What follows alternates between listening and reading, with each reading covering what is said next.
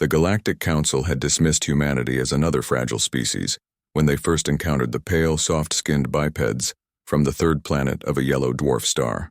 Ambassador Zektar of the mighty hegemony had barely suppressed his mandibles from clicking in amusement as he watched the human delegation stumble through basic diplomatic protocols. "Look at them," he had whispered to his aide, gesturing with one of his forearms toward the humans.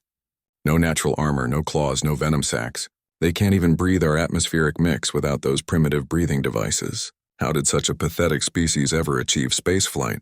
The humans, led by Ambassador Sarah Chen, had endured the mockery with quiet dignity. Their requests for peaceful trade agreements were met with condescending laughter. Their offers of cultural exchange were dismissed as worthless. When they asked for representation in the Galactic Council, the assembled alien delegates erupted in what could only be described as cosmic derision. "Perhaps," Zektar had said, his voice dripping with contempt, "we could find a use for your species in our labor camps. Your soft hands might be suitable for delicate work." Ambassador Chen had simply nodded, her expression unreadable.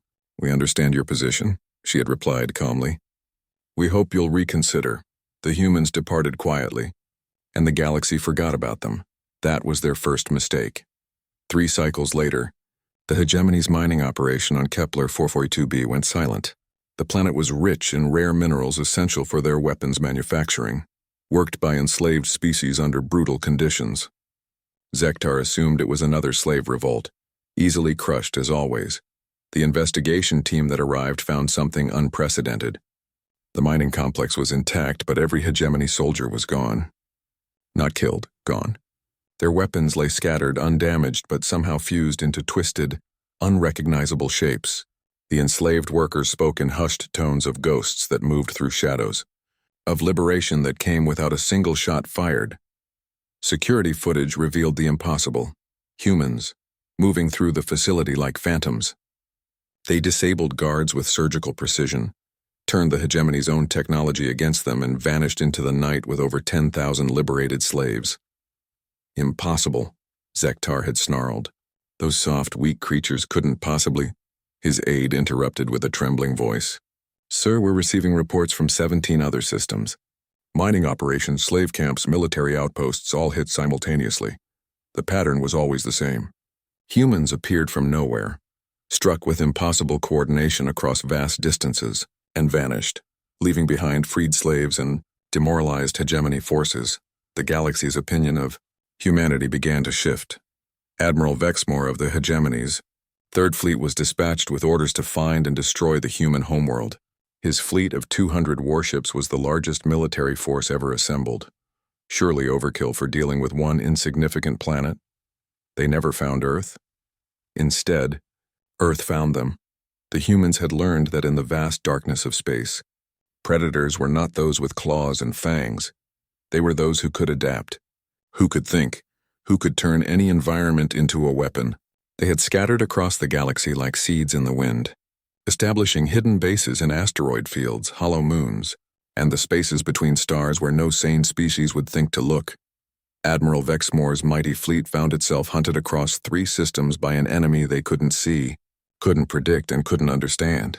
Human ships appeared from nowhere, jury-rigged freighters that somehow moved faster than military vessels, mining equipment converted into weapons of terrifying efficiency, and tactics that defied every military doctrine known to the galaxy. The humans didn't fight like other species. They didn't charge into glorious battle or rely on superior firepower. They were patient. They were surgical. They were absolutely relentless.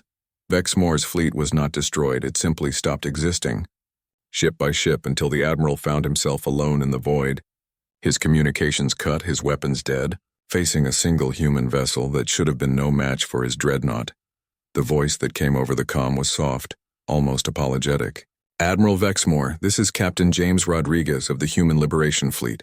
We're here to discuss terms." "Terms?" Vexmore had roared. "I'll see your pathetic species extinct before I negotiate with prey." There was a pause. When the human spoke again, his voice carried something that made Vexmore's blood run cold. Not anger, but a quiet, deadly certainty. "Admiral, you made one critical error in your assessment of humanity. You saw our lack of natural weapons and assumed we were prey. You forgot that we didn't evolve with claws because we didn't need them. We learned to make better ones. We didn't develop armor because we learned to avoid being hit. We didn't evolve to be the strongest or the fastest because we learned to be smarter. The human's voice hardened. But most importantly, you assumed that because we're capable of mercy, we're incapable of fury. Let me correct that misunderstanding. The stars around Vexmore's ship suddenly blazed with light as 1,000 human vessels decloaked, each one bristling with weapons that the galaxy had never seen before, weapons that bent physics in ways that should have been impossible. Every slave camp in hegemony space is now empty, Captain Rodriguez continued. Every forced labor operation has been shut down. Every single being you held in chains is now free, and they're all under human protection. Vexmore's mandibles clicked nervously. What do you want? The same thing we wanted when we first came to your council. Admiral, peace, trade, coexistence. The difference is that now we're not asking. The Galactic Council's emergency session was unlike anything in their recorded history. Representatives who had once mocked humanity now spoke in hushed, fearful tones. The humans hadn't conquered through brutality or destroyed through hatred. They had simply demonstrated that fragility was not weakness, and that a species gentle enough to show mercy was also terrible enough to choose not to. Ambassador Chen stood before the council once more, her presence commanding a respect that had been absent years before. When she spoke, the galaxy listened. We are still the same species who came to you asking for friendship, she said simply. We're still willing to trade, to learn, to grow together among the stars. But we will no longer allow the strong to prey upon the weak, the armed to enslave the defenseless. She looked directly at Zektar, who had shrunk back in his seat. You thought we were fragile because we choose diplomacy over force. You mistook our mercy for weakness. Her smile was gentle, but her eyes were steel. Don't make that mistake again. The galaxy had learned a hard truth. The most dangerous predator was not the one with the sharpest claws, but the one who chose when to use them, and humanity had chosen.